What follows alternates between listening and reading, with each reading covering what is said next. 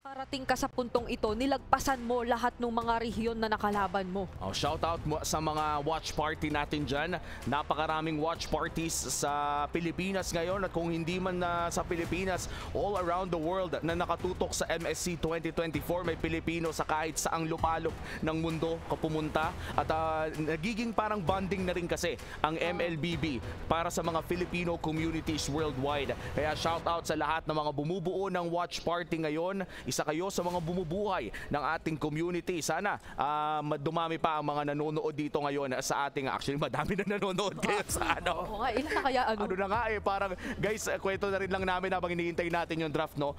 Di ba meron tayong seating talaga?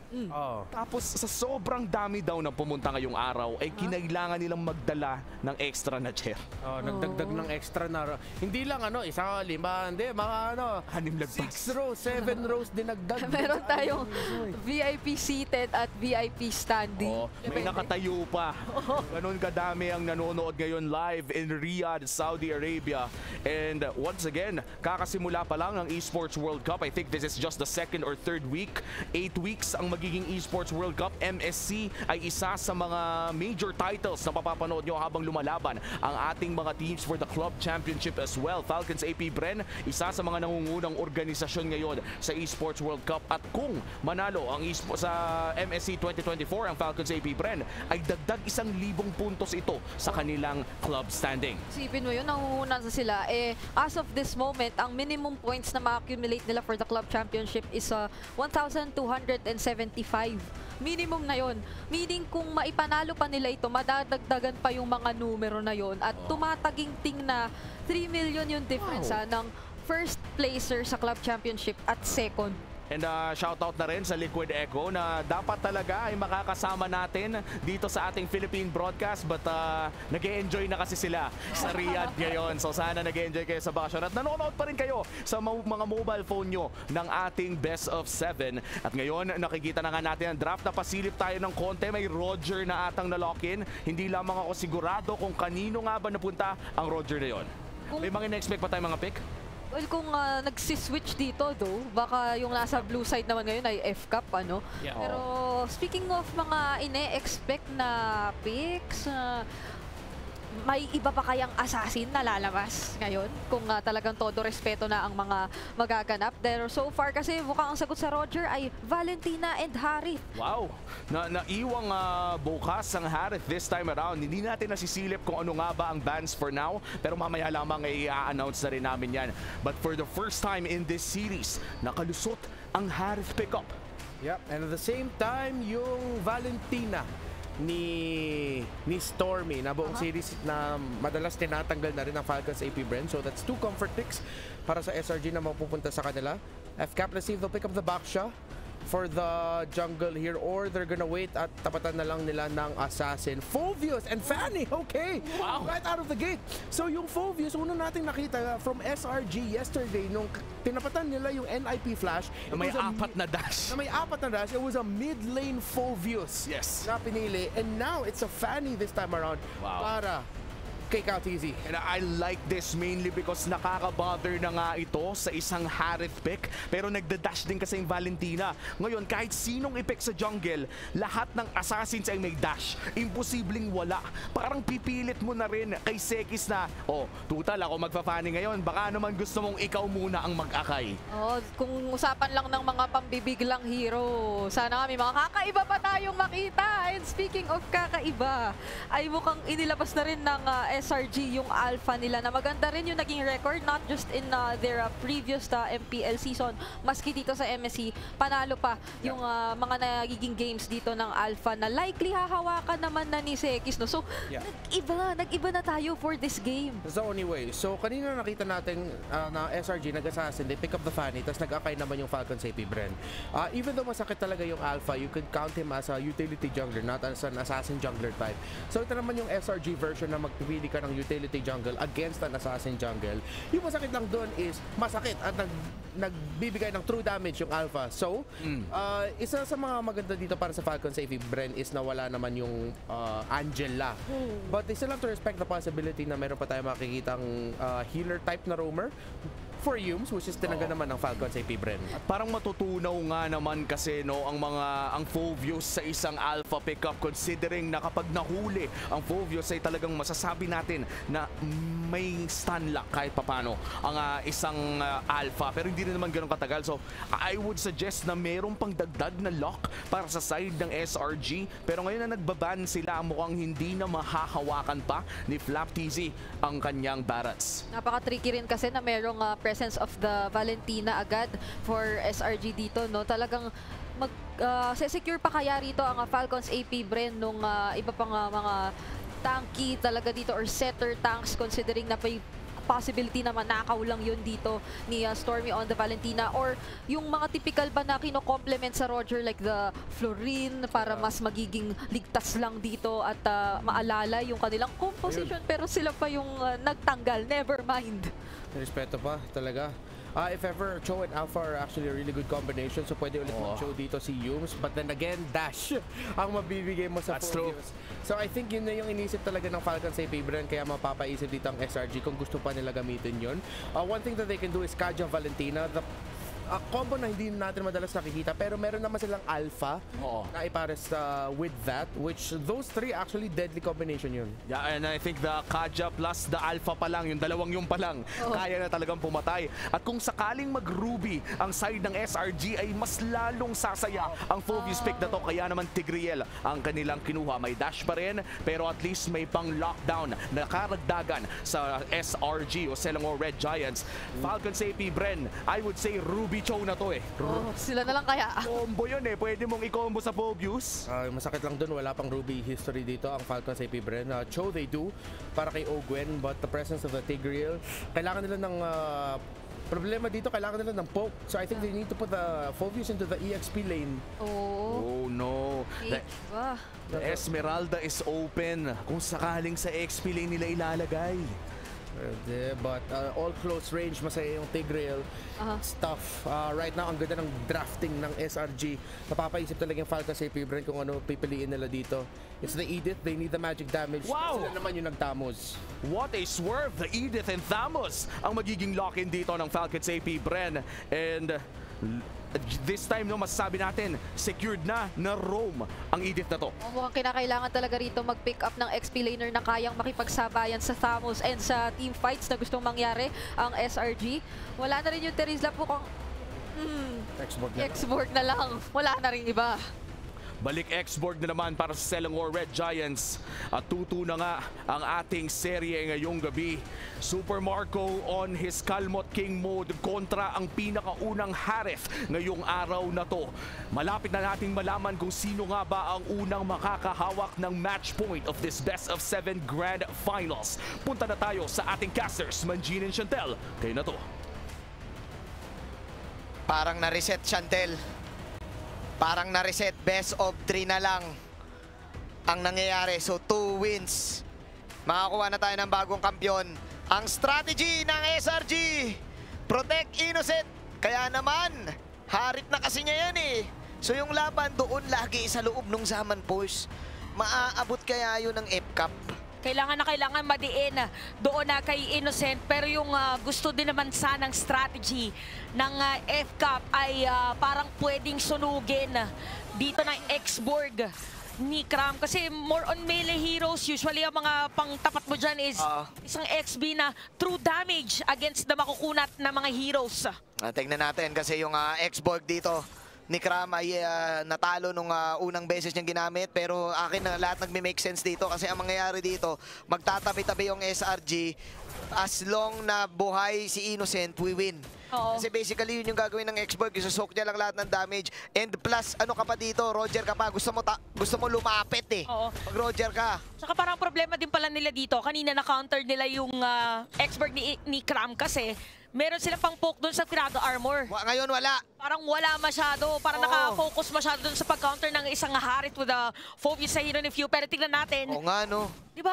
Wala ano kaya pwede pang ano nila dito, pang burn doon sa Firaga. Natalis patabain talaga nila ng super. Si Marco. Si Marco, oo. Tingnan natin, Flap TZ, Vengeance coming in. Nandito si Sim. Sakit yan, pare. Masakit yan, pare. Alpha yan eh. Oo, at saka ang Alpha online yan kahit anong mangyari. Oh, first blood. Okay, Seiki, hinahanap ngayon ni Marco si Crab. Uy! Ay, ni Kyle, Ay, Kyle. no, oh, no. Oh, no, Kyle. Wala makukuha. Pero makukuha pa siya ni Ogwen. Ogwen, flicker in. Kulang sa kable. Okay, that's a great kill mula kay Kyle. Kahit pa paano, naibawi at na-delay ng onte. Si Seikis, level 4 pa lang si Kyle ngayon. Actually, siya pala yung na-delay. Oo, naparaanan naman. Ang ano nga lang doon is kinailangan pang gamitin yung flicker dito ni Ogwen. Pwede sana gamitin doon sa may turtle later on. Pero kill is a kill. At least mapantay dito yung kalamangan kanina ni si Kais versus kay Kyle TZ. Gucci pa rin. Solve pa rin, solve. Pero ako, Chantel, alam ko hindi mo magugustuhan yung tabas ng dila ko, Chantel. Sige. Pero itong lineup ng SRG, parang nag-reactor si FCAP dito. Oo nga eh. Agree ako sa'yo, parang nag-react masyado doon sa Arit. Which is kailangan mo naman talagang gawin. Kasi nga, Arit yun, one of the best Nakawalan mo eh. Oo, gold laners ngayon eh. Tingin mo ba masyadong maaga yung Pobius? Or sakto lang? Parang sakto lang eh. Parang sakto lang. Kailangan na talaga dito is hindi masyado mabigyan ng space si Kram. Kasi si Kram kasi ang ganda din pumosisyon. Oo. Tingnan nyo guys, medyo na-delay. By the way, si Open doon si pag-level 4. Si Yum, si Stormy ay level 4 na. Naku! Si Q din naman nandito. So kailangan talagang maging pasok yung kung kanina connected na yung cable si Kais. Dapat kay Kyle TZ ganun din. Idadaan ng FCAP to sa team fight prowess nila. Pero ako masasabi ko, mas matindi ang SRG pag tabi-tabi galawan. Kumbaga ang ginawa dito ng SRG, may mala-ube strat pero walang heal. Ube na tabi-tabi, team fight, parang gano'n. Ube na damage pero wait nga, ginamit na nga dito yung implosion. Mahahatak pa palayo. Si Owen dito ay gagamitin ng kanyang pagpasok doon. Pero nga lang dalawang player ang patay. Tig-isa. Falcon CP Bren and Selangor Red Giants. Good take. XP lane laban sa post 5. Medyo good take na. Nakapaghubad ng armor doon si Owen kaya nakakuha ng magandang damage. Pero i-reset yung turtle. Pero kasi alpha to, alam mo ba minsan yung alpha na yan, kapag kalaban mo yan, hindi mo alam kung may damage o hindi, magugulat ka na lang, patay ka. Saka hindi mo alam kung makunat na ba siya. Pero para si alpha kasi yung mga klase ng pwede mong gawing jungle na may damage at may kakunatan din taglay. Dahil na rin dun sa, parang malarubi na may damage to eh. Flap TZ, magpa-flank dito, Cram. Kukuha ng zone. Okay, pasok ngayon si Kyle. Sino babanatan? Si Seikis. Cutthroat ka, boy! Hiwa ka, boy! Chuk-chak! Sino makuha ng retribution? Walang iba kundi si Kyle TZ. Babanatan ngayon si Cram. Anong walang poke? Pwede naman. Banatan. Ogwen. Mauuntog. Doon lumamang ang FCAP. At kita natin ngayon na for the side of Falcon CP Bren, hindi din sila nagpapadikta. Kung sumagot daw doon sa draft ng SRG, sila naman gagawa ng play. Kaya naman napakaganda dahil nabibigyan nila ng space ngayon si Flap TZ. Baka masira pa kanila yung Torre dito sa baba. Ay hindi, dadating ng mga players na SRG. 1K ang kalamangan ng FCAP. Okay na daw. Kasi sabi nga ng mga Pinoy, basta platuhin mo. Nakaplato. Nakakuha ng magandang gold ang FCAP sa laban na ito. 1K ang, actually 800 lang ang kanilang kalamangan, magwa 1K. Then again, naka-ready ang SRG dito. Kung titignan mo ang pattern ng ating laban, doon sa mga nanalo yung FCAP, Chantel, lamang sila early. Pero pag nag-late game, pag alam na ng SRG yung lineup nila, 3 items na, nakikita mo talaga yung prowess prowess ng SRG eh. May suntok talaga pabalik eh. Kumaga in Filipino, RG Boys term, may hulog. May hulog, may arit. May arit dito, may harit. May arit ang harit. Tama. MVP si Innocent yan nung huling gamit niya yan. Oh, cutthroat ka, boy. Chuk-chak. Okay. Yan na nga. Okay ha. Okay ha. Okay na tayo, guys. Okay. Naka-cutthroat na dito. Ayan na. Ayan ang fast hands. Oo, ay ganyan pala. Ganyan pala dapat. Tatlong dalirig. Pati sa minimap. Minimap, oo. Grabe yan eh, no? Oo. Ang masasabi ko dito, Chantel, kahit na nakikill dito si Cram, parang trabaho din kasi ng XP lane mamatay. Di naman ako sa negative, Chantel. Dead lane. Hindi naman ako sa negative, Chantel. Ano lang ako, realistic. Realistically speaking. Flicker out si Open at umalis na nga doon sa kanyang robot. Sobrang fake. Save, ano lang tayo, save mode. Safe mode lang, safe lang. Kumbaga, minsan kasi sa buhay, Chantel, may mga taong risky, tapos may mga tao ding safe gumalaw. Oh, merong ibang mga practical lang talaga. Oo, practical lang talaga. So ako medyo safety ako dito, Chantel ha, kasi kumbaga, late game ang tunay na laban ng SRG dito eh. Unlike kasi kanina, kulang yung damage output ng Breno, nalulugi sila Kaya early. alam nila na kailangan maging aggressive sila. Eh ngayon meron eh, may onting damage dito. Alpha kasi total eh. Oo nga, kaya kailangan nila sumubsob. Kaya siguro nakaharang niya Falcon Safety Brand kaya naman makukuha nila itong turtle sa ating laban na 4-2. Medyo lumalawak yung kalamangan dito ng Falcon Safety Brand. Yun yung kinagandahan at si Flap TZ. Patalon-talon lang ba Even si Pew dito yung nag-demonic force na. Gandara, Gandara. Nakuha na yung Zaman Force. Yun ang kailangan mo doon. Pakuldanin mo lang yung Zaman Force. Kahit wala na yung demonic Force. Nabubuyoy-buyoy na. Pasensya na, guys. Kahit kasi kami dito nasa Riyadh, kami nararatel din. Napakaganda ng laban. Oo, na ano din kami, kabado pende rin kasi kami dito eh. Oo. Nangyari na eh. Pero eto na nga, ate mo Chantel, goods pa rin si Super Marco dito. Looking at the items right now. Meron na siyang Wind Talker, mabubuo na yan. Ayun na, buo na yung Endless Battle. Pwede na yan ha, 2 items na yan. Kaya lumaban. Mangangati na si Innocent yan. Kakamot na si Innocent. Aray. Okay, okay. dito sa may top lane, parang ang lang trabaho yata ni KTC ay siya ang magtatanggal Oo nga. ng Firaga armor. Nakita mo yung mga cable sa Sagyo. Ang tindi, parang Attack on Titan. Oo. Ang tindi. Alam mo, usually kasi lahat na nananalo dito, blue side eh. Diba karamihan? So, first pick talaga. Oo nga, First ayun pick talaga, oh. Sakto. Win Blue rate side, mataas. 100% win rate sa series na to. Sa series. Actually, Overall, 60. Sa lahat, group stage hanggang wildcard, blue side talaga. Kaya kung gusto mo, pag rank games ka, gusto mo first pick kayo. Ang dami na kasing masyadong lason, kumbaga yung mga lason picks na overwhelm na dun sa red side. Pero kailangan blue side kapag ka 5-man kayo. Delikado kapag blue side kayo, tas lahat kayo marksman. Depende. Oh, yun lang. Experience mo na ba yun? Experience ko na yun. Yung biglang lahat nag-marksman kasi na may umagaw ng role. Umagaw eh. Oo. Tingnan natin, medyo makunat na si Flap. So yun lang yung ginagawa ni Kyle. Pinopoke niya lang si Cram. Para medyo mailang. Tsaka siguro para mabait doon yung last insanity kasi kapag ka nawala ng Firaga armor, parang ang pinaka-option mo na lang is umalis na or kapag ka feeling mo may threat, diretso last insanity. Maganda rin ang hulog ni Kyle TC dito. Hindi basta-basta yumayanig ang kanyang banig pagdating dito kay Cram. Sabi niya, sige, X-board ka lang. Papaypay ka lang naman eh. Kaya ko namang iwasan yan. So, Kyle really setting the tempo of this game. Nasa kanya talaga yung ano dito eh, yung speed lang eh, no? Actually, parang sa laban natin, parang yung naging story more the junglers. Pero nakikita natin yung Firaga armor dito, nangatgat na. Kaso nangatgat din yung buhay din ng Flap TC, grabe ng vengeance. And yun ang sa may ilalim ng torrent na free hit na nga. Stormy ang mga wala doon, natuloy pa rin ang laban natin. Nasunog ni Kuya Cram! Medyo malalim ate mo Chantel, hindi pa basag yung torre doon. Nakatulong pa yung torre ng damage. But that's a 1-for-1. Tabla yung laban na yun ha, ate Chantel, kasi mage sa mage. Oo nga, at dahil dyan, kahit meron ng Lord, hindi pa yan sisimulan. Hindi pa, kalma lang, kalma. Ano muna? Anong tawag dyan? Vision lang. Vision lang. Tandaan mo, ito kasi nangyari sa game number 3, nag-adlib yung F-Cup eh. Binago nila yung galawan. Binago yung script. Sabi ni Daki, no, we need to stick to the script. Oo. Gumanon si Daki, we need to stick to the Mas script. maganda daw ang storyline pag lagi ka nasa script. Oh, mag-assassin ka na kasi, Kyle. Sige coach, sige coach. Hiniling mo kasi to Kyle dati nung MPL Philippines, pag nag-assassin ka, natatalo tayo. Pero ngayon, sige na, use the assassin. Okay coach. Sabi doon ni Kyle, sige coach, paani ko na to. Paani ko na to, coach. The tempo is real. Pero eto nga, Chantel, kumukunat na naman ang SRG. Nararamdaman mo na pag eto, nag-build na ng mga armor. Ayun lang. Ayari, chikudo ka talaga dito, Tel. Tingnan mo. O, kailangan lang makaburst talaga agad. If not, siguro pwede nga yung ginagawa. Okay. Maganda dito yung ginagawa ni Kyle TC kasi din siya ng minion wave from time to time para nag-clear. Kailangan mag-clear lang muna. Ang daming ginagawa ni Kyle pala. Oo. Isa siyang ka-evil man. Oo. Check niya kung naka-connect na ba lahat. Konektado. Tingnan natin. Lord Dance lang muna. Kyle TC now has the purple.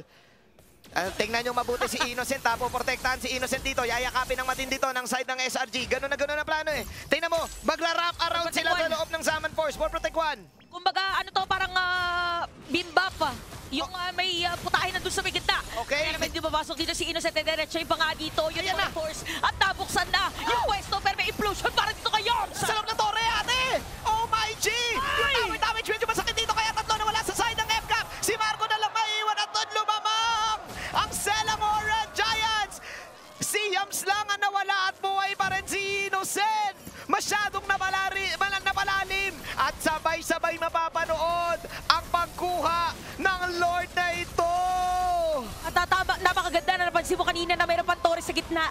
Kanina pa talaga nababaliktad yung sitwasyon dahil yung Torre nakikisali sa teamfight. Sumasali yung Torre sa teamfight. Wala naman sa trap yan eh. Tinan mo, pagkapasok nila, Bumabanat so. umempleusyon, tapos dumire-diretso, buhay pa pala si Cram. After the moment na yun, kaya naka-double kill pa. So ngayon, kung ikaw ang player ng Pilipinas, kailangan mo muna maging kalmado. Actually, hindi ko nga malaman kung bumabanat eh. Kung hindi man bumanat yung Torre, yung ilang kasi. Yung ilang kung babanat ba yung Torre. O diba, kung bumanat, di mas talo lugi. Kung hindi bumanat, nailang ka ngayon kasi may Tori pa eh. At yung sinasabi ni Manjin na ilang, parang marerestrict kung hanggang saan Yung lakad mo. yung lakad mo. Parang ano lang yan, pag may lakad ka, hindi mo alam kung hanggang saan yung budget mo. Oo, ganun. Ganun na ganun. Kumbaga, magpapalibre ka na lang. At tingnan natin. Uy, nag-conceal. Nag-conceal na si Yams. Nakita na Ogwen, pinipihan ni Ogwen. Okay, kalma Doggy. Ate mo Chantel. Depensa lang muna para dito sa Falcons AP Bren. Nagkaroon tayo ngayon ng low scoring game. Kanina, yung Test of the Waters ng Game 1, action pack, 20 plus kills. Ngayon, 6-7 is the scoreline. Antik kiras na si Yams.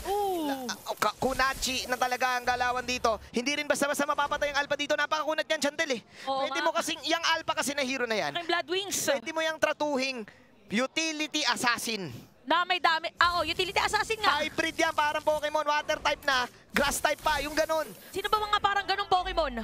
Hindi ko na alam, si Dito, lahat si Dito eh. Oo, di ba? Kasi ang nangyayari dito, pwede Hybrid, siyang pumasok. oo. Tapos pag pumasok siya, siya na rin yung pwedeng dumamage. Bahala na mga kasama niya kung paano follow up ang mangyayari. Kung hindi ako nagkakamali, ang binil niya dito, Warax, tas yun na, pakunat na siya. Ako na si Hybrid Man. Sabi ni Sekis, ano ba yun? Kala nyo naman ha, nire-request nyo pa kanina, magkakaya ko. Hindi, may assassin pa rin. Letter A naman. Pag may espada ka, matic assassin ka eh. Letter A naman, Alpha. So, nahihirapan din sila dito sa Alpha na to eh. Makunat din yan eh. Oo, kaya siguro ginagawa din dito ng Falcon Safe Friend, lalo na ni Cartesi. Kanina nasa may bottom lane siya nag-clear. Pumunta siya na top lane, tapos ganun ulit yung magiging pattern nila hanggang magkaroon ulit na dito ng Lord na pwede simulan. Ang sakit na, Manjin. Bestie. Nako, paring Manjin, ang sakit na ng pakurot dito ni Innocent. Innocent, pumupompiang na, mala FPJ. Pumupompiang na, naku sakit. Matic out. Okay, nakapagbatang armor si Open dito. Tingnan natin kung mabuhay pa, mukhang hindi. Yung daming shot ni Sekis na nandun. Pre-hit dito, Super Marco sa matang gilid. Wala na si Cram. Tingnan natin pumapaypay. Pero wala na rin dito si Flappy Boy. Wala na rin si Stormy. Nagkakalabanan na ngayon. Papasok ngayon si Kyle DC. Pero maiwan si Super Marco. Super Marco, pinanood na yung replay. Siya lang din natira doon. Tingnan natin, Marco. Nakaboy. Oh! Kalmot ka, boy. Super Marco, meron ng kamera ka, armor. We alive! We alive, Ate mo Chantel! We alive! Oh, cable management! Sige.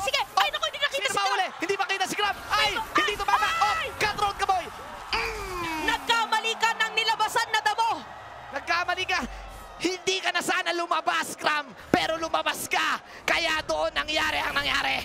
Natakot bigla si Cram, nabasa niya. Don't touch the grass. Touch the grass, kaya out! Umout siya doon! May kumunoy! Kaso nahuli, tinapakan mo Ang tindi ng laban. Let's watch the STC instant replay. Napaka-perfect kasi ng spot na rin na to para kay KTC kahit papano. Pero alam mo siya, hindi rin nakaporma si Ogwen eh. Oo. Hindi siya nakabanat. Kung nakabanat lang siya dito palagto eh. Nag-flicker out kasi agad si Ogwen na burst din siya. Ito yung kinagandahan si Super Marco. Inantay niya yung perfect timing. Pero perfect timing yata to para sa Falco Save Bren. Galing Pero po. set up play si Ogwen na naman. Ang napatay nila. Ang na si KTC. Medyo lumabas yata pa rin hapat dito si Stormy. Si Kais pa rin makakakuha ng Lord. At dahil dyan, walang casualty yata. Naiwan pa si Pew. Akala natin lumabang. Nalilito na ako sa blue tsaka sa red. Hindi pala lamang! Hindi pala lumabang! Na-damage output lang pala! Ang hirap naman kasi kapag nasa loob ka ng Zaman Force, yun lang talaga yung strategy ng SRG. Tignan mong mabuti to. Tignan mo si Innocent. Op, labas mo yung Zaman Force, bestie. Nilabas ang espada. Nagdikit-dikit sila tan. Walang aalis ang Zaman Force na yan. Kumbaga sa laruan ng pambata, sa langit lupa, walang bumababa sa lupa. Lahat nasa langit. Yun ang pinaka-problema dito ng Falcon sa Bren eh. Nako, parang ano yata to Medyo delikado sa kanila kung paano sila dedepensa. Yung feeling na minion wave nila is hindi ganun kataas. So kailangan dito maging maganda. Yung kanilang pagpwesto si Yums dito mga lahat yung buhay pa rin inhibitor nerd sa gitna ay sira na. Napakakunat, Chantel! Napakakunat! Nasa na yung damage output? Baynabanata na si Pew! Ginagawa na ni Pew lahat! Pero tinayuan lang siya! Oh no! Pew is down! No spam capabilities ngayon sa FCAP! Walang taga-ubos ng minion, Chantel! Oo, mahirap talaga para sa kanila dumipensa dito ngayon. Wala din taka-clear na minion wave. Oh no! Akala ko baliliko na yung minion doon, pero dediretso pa rin dito ni KTC. Meron mga cables para dumipensa. Meron naman minion wave doon sa taas. At itutuloy pa rin! Itutuloy pa rin! Match point! SRG!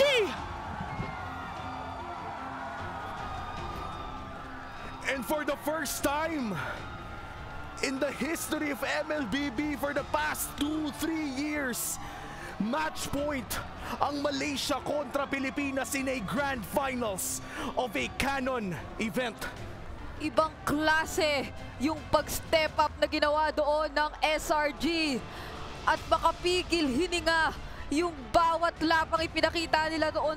talagang nag-struggle ang Falcons AP Bren makipagsabayan doon sa kanila. Again, ibang utility jungle pick ang pinili dito ng Selangor Red Giants. This isn't a kite, this is an alpha. Kaya hindi nakuha ng Falcons AP Bren and specifically Cal TZ yung katulad na early game na nakuha naman ni